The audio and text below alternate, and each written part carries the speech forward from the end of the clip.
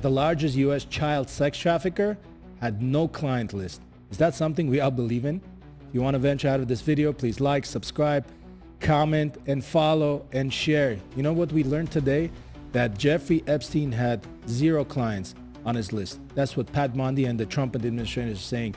But this is total bogus. This is ridiculous. They also released a 10-hour footage apparently that Jeffrey Epstein did kill himself, but I think this is total bogus. This is total bullshit. You know, Pam Bondi the other day on Fox, she came up and said, you know what?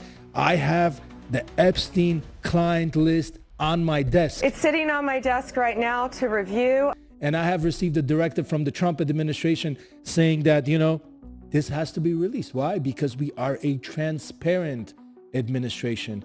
And then all of a sudden, our FBI director, Mr. Kash Patel, and his deputy director, Dan Bongino, comes out and says that, you know what? Actually, Epstein, you know, he did this solo with Ghislaine Maxwell by themselves. Nobody else was involved. There was no list. There was no client list. What does this tell us? Are they really credible right now? Is Trump credible? Is his administration credible?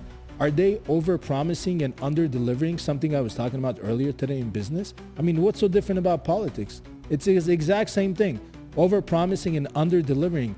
When you cannot deliver the things you were promising during your campaign, what are people going to say? Right before Kash Patel got this very, very important job as FBI director, he was going on every single podcast and saying, you know what, the day I step foot into that office, I'm going to make sure everything is released. If there was a video of some guy or gal committing felonies on an island and I'm in charge, don't you think you'd say it? They get into office thinking that they can do anything they want.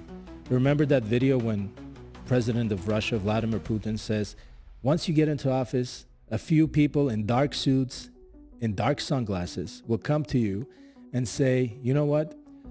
Unfortunately, this is the way this is supposed to be. Unfortunately, you're not going to be able to deliver on these promises. It's 3 words: national security threat. That's all they said.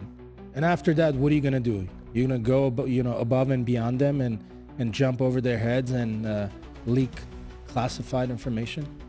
That's what happens when people get into office. Imagine all the names that Epstein had on that list, all the names that went to that island, politicians, all these A-list celebrities, all these athletes and singers and writers and poets and even academics. Can you only imagine the names out there? Can you imagine those names were released and people knew that X, Y, and Z and this person and that person was involved in having sex with minors? This country would just be, you know, blown off the face of the earth. That's what's gonna happen. That's why they come and tell these people, you know what?